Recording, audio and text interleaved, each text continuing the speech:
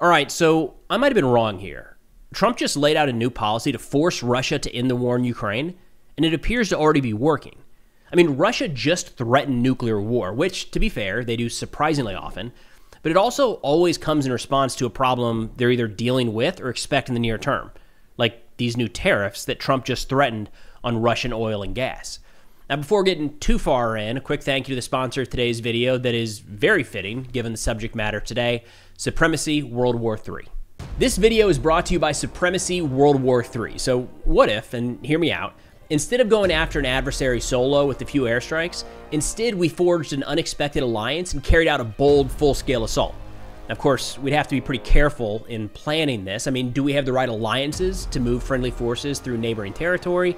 Do we dare carry out an airborne assault? Or maybe amphibious landings on an enemy coastline is the more rational choice? With Supremacy World War III, those decisions are on you.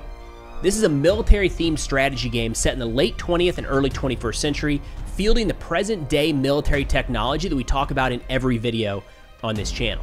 Look, this isn't some 5-minute TikTok attention-style game. You're forming long-term alliances and competing with up to 99 other players in real time over weeks. This is like a full-blown modern war game on a global scale in real time. So check out Supremacy World War III and play for free on PC, iOS, or Android. Scan the QR code on the screen or use the link in the video description to get the Elite Bomber, worth $25, available only for the next 30 days. And thank you to Supremacy World War III for sponsoring today's video. Now, to set the stage for today's conversation, I wanted to show you a video that Russia just released a couple hours ago of one of their drones identifying and striking a clearly marked Ukrainian ambulance near Pokrovsk. Now, we've known this type of activity has taken place for quite a while. This is, to put it bluntly, a clear war crime caught on camera, which seems weird. Like, why would anyone record that and then publish it voluntarily for the world to see? And don't take my word for it, straight from the International Criminal Court, intentionally directing attacks against medical units and transports using the distinctive emblems of the Geneva Convention constitutes a war crime in international armed conflicts. So the distinctive emblems being the Red Cross on the back of that vehicle that is, I would say, pretty clearly visible. The reason I wanted to highlight this to start today's conversation is, look, war crimes happen in every war by every country throughout history. It's just unfortunate nature of the beast. Usually you see countries on the one extreme covered up, but all the way over to acknowledge it and deal with it, but just like, let's not put out these graphic pictures and videos that could possibly turn the world against us. So it's strange to see Russia say, look at this, world, here it is, public. This is what we did. And I think, personally, it speaks to the idea that Russia doesn't feel like they're going to be held accountable for anything they do in Ukraine. They haven't yet. And just today, as we're talking about the possibility that these tariffs and these sanctions are actually taking hold, Russia shows just how little concern they have of any sort of accountability after this war. So I thought that was good to help set the stage here. Now, turning to the new Trump policy, he put out, or just yesterday, he announced a 25% tariff on goods from India, plus an additional import tax because of India's purchasing of Russian oil. Some key details there. We did not impose a tariff on Russia because we already do very little trade with Russia. It is a tariff on any goods coming into the United States from India. So this is punishing India for continuing to purchase Russian oil. He said, quote, "They've always bought a vast majority of their military equipment from Russia," talking about India. "They are Russia's largest buyer of energy, along with China, at a time when everyone wants Russia to stop the killing in Ukraine. All things not good.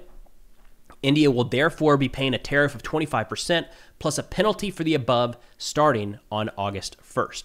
Now, the thing that I may have been wrong about here, and I hope I was wrong, is the idea that any sort of economic means, economic warfare, could push Putin to the negotiating table. It's not a new thought of mine under Trump. I felt this way since about 2023, after the first serious waves of sanctions were levied by the United States under the Biden administration and the European Union, and we saw little to no impact on Russia. They found some pretty effective ways to skirt those sanctions.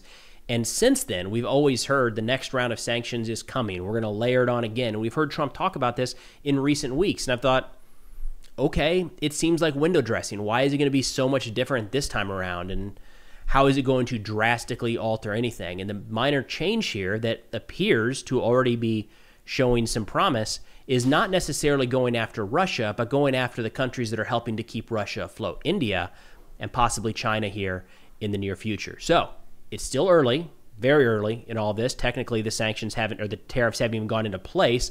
But hopefully, my view that we're running out of economic means to end this war was wrong, and that we see this actually having a serious impact in the near term.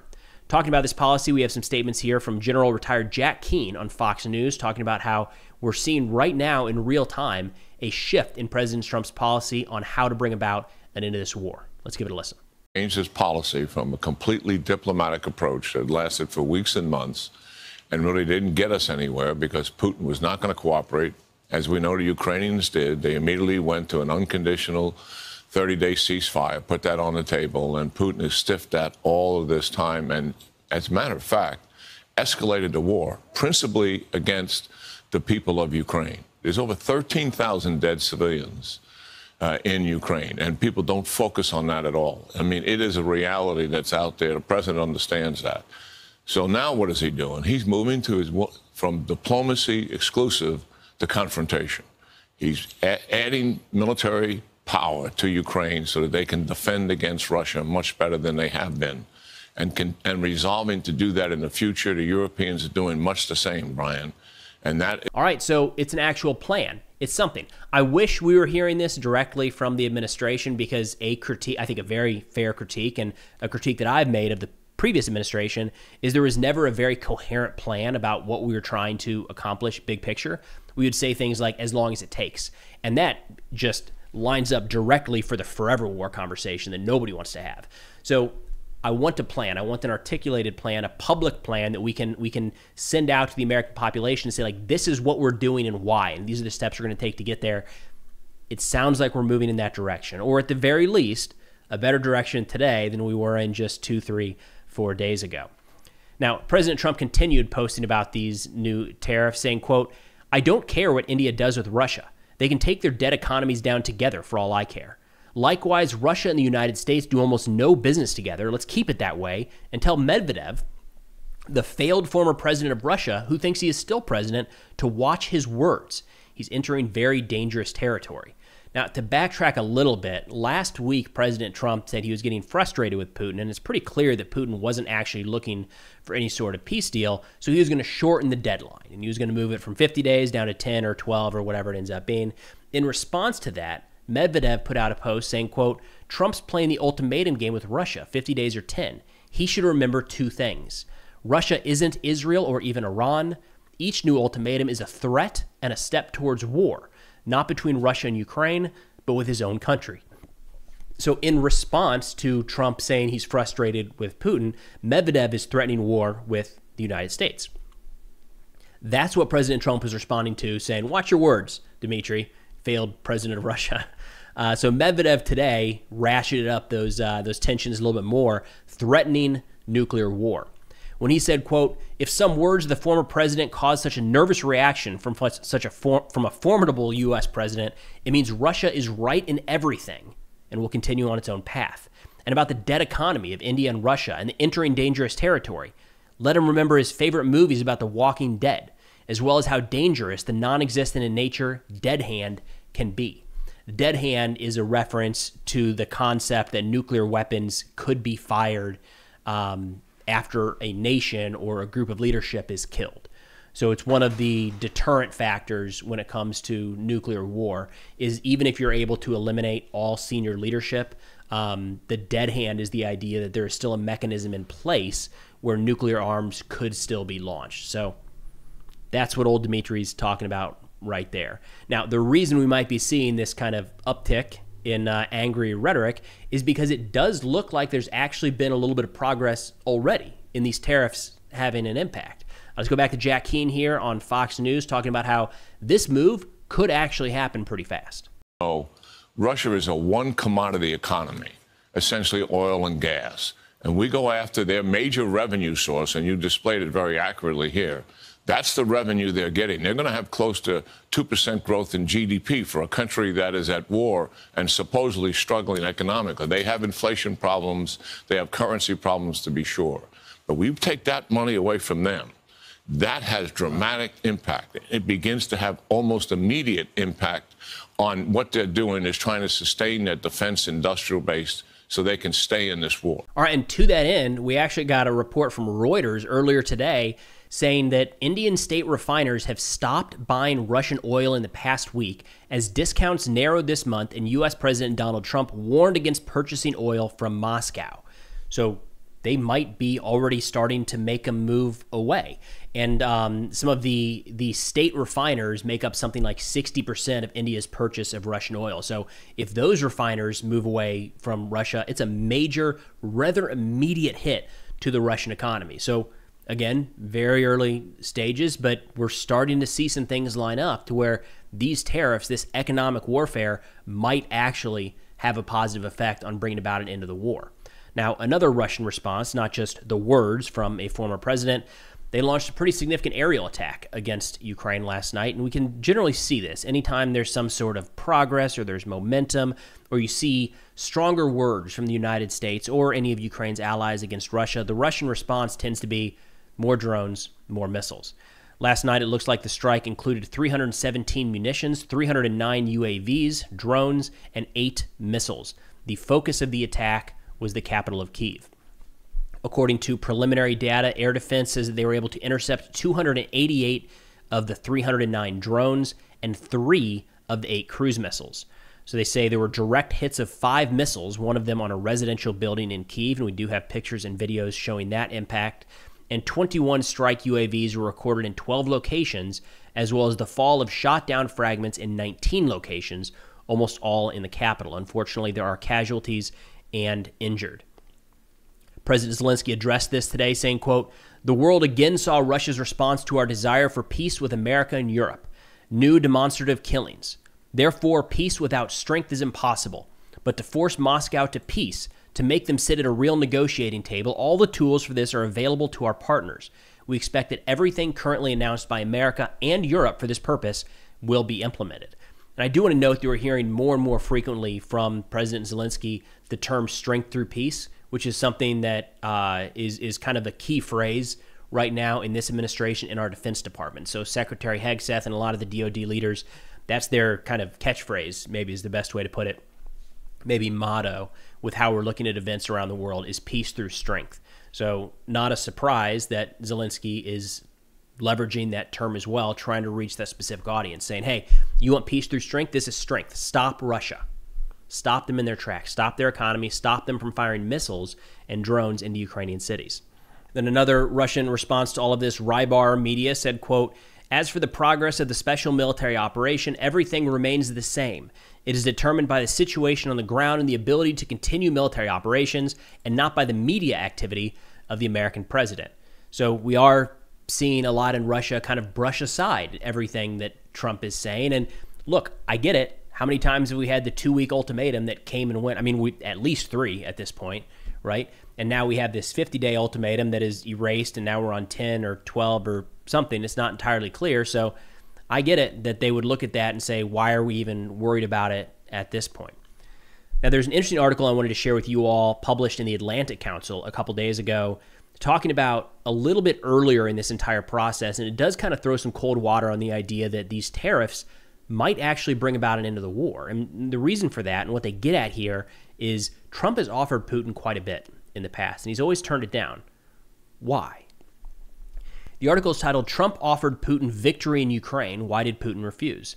Quote, "Trump was so eager to appease Putin that at one point he even reportedly explored the possibility of granting official U.S. recognition for the 2014 Russian seizure of Ukraine's Crimean Peninsula."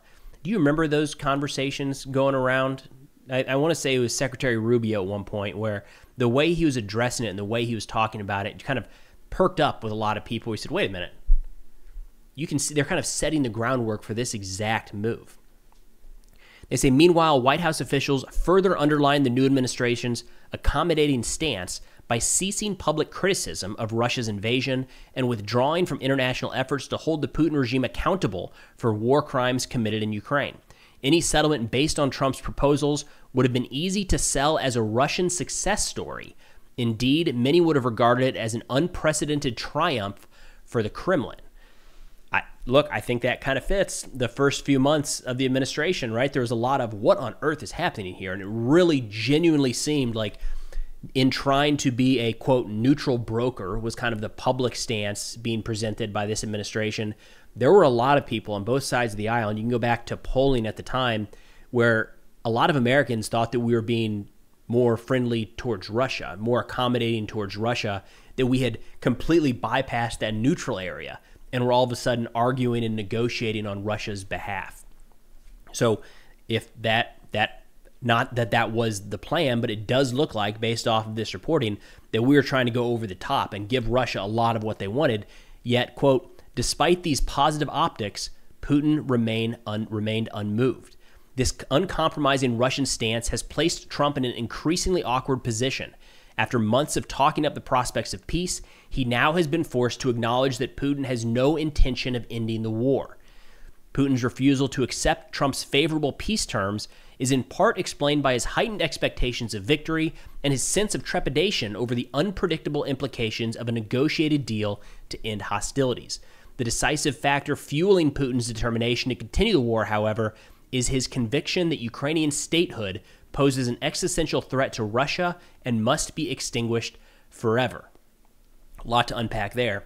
So, heightened expectations of victory, and there has been, if you have to use the term momentum on the on the battlefield today, you would say that the momentum is in Russia's favor. They are slowly advancing in multiple directions. They are taking heavy losses. In fact, working on a battlefield update video for later today on a couple of key areas. But they are advancing. Ukraine really is not recapturing any territory. So if you're going based off of that, you can look at this from Putin's perspective and say, hey, we're getting closer today than we were yesterday. Also, the concern of what happens when they negotiate a settlement. What are there tribunals? Is he held to account for any of these war crimes? That is completely up in the air and has never been addressed in any of these ceasefire negotiations because they don't make it anywhere. We never even get past the point of, how about we just stop fighting for 30 days? So no doubt that's going to be on Putin's mind, is what would peace even look like here? And then lastly, Ukraine posing an existential threat to Russia, and they must be extinguished forever. It's hard to see a peace deal coming when that is believed to be one of the goals of one of the two sides here. They say, quote, he is painfully aware that any peace deal guaranteeing Ukraine's continued existence as an independent state would represent a historic Russian defeat. In other words, if Ukraine survives, Russia loses. And this gets into the dynamic we were talking about in a video last week about rational actors in negotiations. It's hard to look at that right there, and it might feel rational to Putin and some in his inner circle, but I think for most people around the world, the idea that if Ukraine exists, Russia has failed is not a rational argument. And most would look at this and say, can't you possibly find a way to both exist? Weren't you both existing? So we do have the constant fear. I have the constant fear of an irrational actor participating, being one of the major negotiators in all of this. And to kind of layer on top of this, Russian media just yesterday published an article kind of speaking to this, saying, quote, there is no other option. No one should remain alive in Ukraine. So big picture, as we're watching Trump start to make some moves towards a different strategy, kind of coming down a little bit harder on Russia, going after some of their partners, right now India, maybe China in the near future, that are purchasing Russian oil with an attempt to really strangle the Russian economy, we are seeing Russia double down in a lot of ways. Threatening nuclear war, threatening war with the United States, pushing the advance in multiple areas of the front, and op-eds talking about how nobody should remain alive in Ukraine. It's hard to be optimistic about a viable ceasefire, a viable truce anytime soon when you have one of the sides that is so still aggressive, but we'll see. And again, I hope I'm wrong in the idea that economic warfare couldn't do major damage to Russia and couldn't bring Putin to the negotiating table, because it does seem like Trump is going down that route, and we are seeing some moves in that direction. That's all I got for now. Thanks for watching, and I'll see you all next time. Hey, don't forget to check out Supremacy World War III. Scan the QR code on the screen or use the link in the video description to get the elite bomber worth $25, available only for the next 30 days. Build up your army, develop your alliances, and take on the rest of the world.